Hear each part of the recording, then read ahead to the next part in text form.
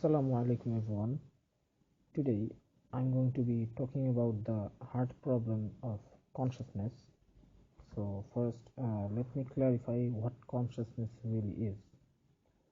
So consciousness is our inner subjective experience which refers to experiencing inner subjective sensations.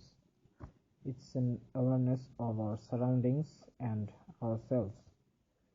We have our own thoughts and perceptions and they are different to each other. We use words and terminologies to explain our experiences, but we can share a first person experience to third person view, which basically means that an experience which is adopted from a first person view cannot be conducted by third person view.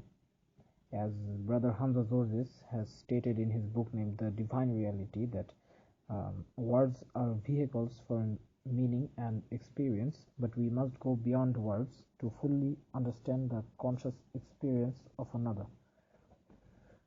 For example, a cup of coffee may feel mildly sweet to both of me and Mr. X.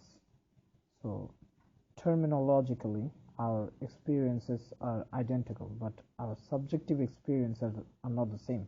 I may know that what it feels to drink the coffee, but I don't know what it feels for Mr. X to drink the coffee, because number one, our perceptions are different, and number two, he's tasting the coffee from a first person experience, and from his perspective I'm a third person view, and that's why I don't know what it feels for Mr. X to drink the coffee.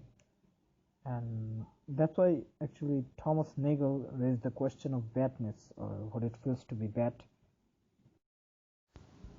So now let's talk about the hard problem of consciousness. This term is actually coined and popularized by David Chalmers. So the hard problem raises the question of the emergence of consciousness. Our body is made of unconscious particles. So how consciousness emerges from the unconscious stuff is the heart of the hard problem of consciousness. How the bioelectrical activities of our body are converted into subjective states is also a problem among the hard problems of consciousness. These problems are unsolved and possibly will remain unsolved from physicalism's point of view, because science is objective but consciousness is subjective, and it's reducible to physical terms. So a biological approach is probably not going to help us. As what is stated in an article of IEP, that it appears that even a complete specification of a creature in physical terms leaves unanswered the question of whether or not the creature is conscious. And another line I'm quoting from Susan Blackmore's book named Consciousness, a very short introduction, that it is no good talking about perception, memory, intelligence, or problem solving as purely physical processes and then claiming to have explained consciousness. So there are some materialistic and non-materialistic approaches to consciousness. In today's video, inshallah, I'm gonna talk about eliminative materialism and epiphenomenalism. So first, let's talk about eliminative materialism. Eliminative materialism denies consciousness at the very first place.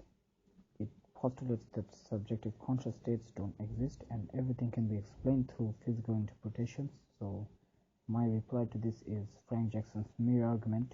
In this argument, Mary was inside a black and white room in her entire life, and she had access to every scientific information about humans' reaction towards physical phenomena. She knew everything about the physical facts of visual perception. After she went out of her room for the first time, she saw a red rose and experienced the redness which she didn't get before. From this we can come to conclusion that physical facts don't exert all the facts, and therefore physical facts are not everything. So there must be something which is irreducible to physical terms.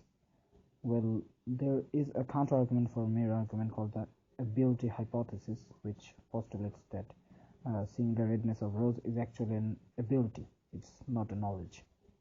So it means Mary gained a new ability, not a new knowledge. But Gaining an ability requires knowledge. If you gain an ability, you by default gain knowledge regarding that ability.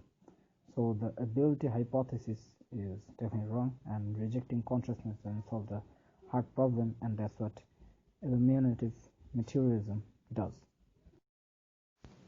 So now I'm gonna talk about epiphenomenalism. This is actually a non-physical view which admits that there are states existing aside of physical states, which means it basically admits the existence of consciousness. And epiphenomenalism postulates that consciousness actually exists, but it doesn't play any causal role at our physical activities. Therefore, consciousness is meaningless. Neural adequacy for consciousness shares the same platform. See what Susan Blackmore has to say about this.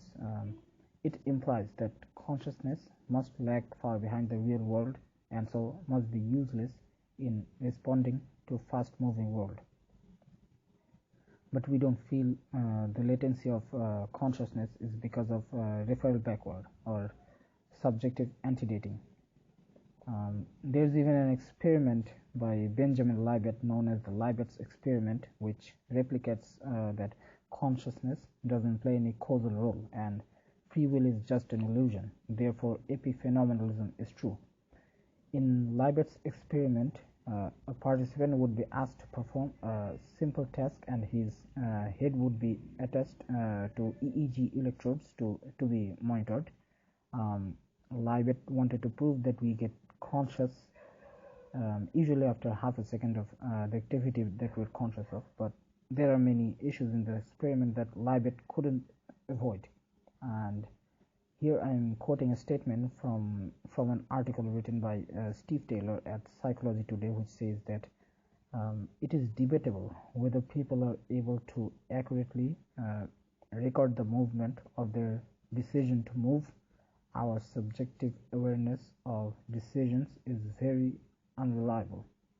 Well, this article has actually pointed out plenty of other issues of this problematic Libet's experiment, and I'll definitely give the link at the description. However, epiphenomenalism was, if it was true, the whole enterprise of psychology would collapse, because of what psychologists prescribe would be nothing more than pep talks, since consciousness doesn't cause anything and it's causally important.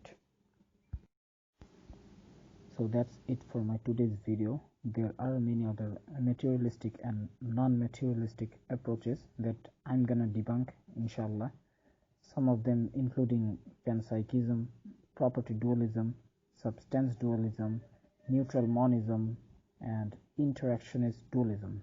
And these are quite challenging against the theistic approach of consciousness, but they have some holes which I'll try to explain in my future videos, inshallah. And I hope you've got benefited from this video, and keep me in your prayers, and jazakallah khair.